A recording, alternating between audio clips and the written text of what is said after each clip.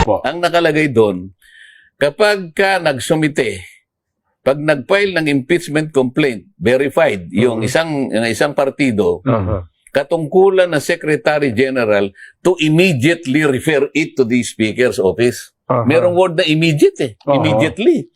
O, tanong na Senado ngayon, nasa impeachment court, bakit yung word na immediately hindi nyo ginamit? So, ba't di nyo ni-refer?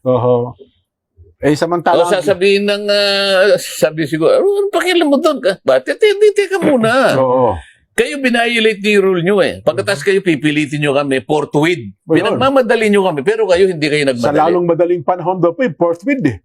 O yung immediately, ano ibig sabihin? Hindi sa mas lalong madaling panahon. Pareho lang yun eh. Ano may katwira? Sabi nyo, nakalagay, the Secretary General shall immediately refer it to the office of the Speaker. Ngayon, tatlo dyan ang ipinail noong December. May panahon pa eh. Ngayon, ang tanong ko sa inyong dalawa ngayon, bakit ang Secretary General, despite the fact noong January 10, 2025, sinabi niya na i-refer niya na sa office of the Speaker, bakit hindi nangyari? Hindi pa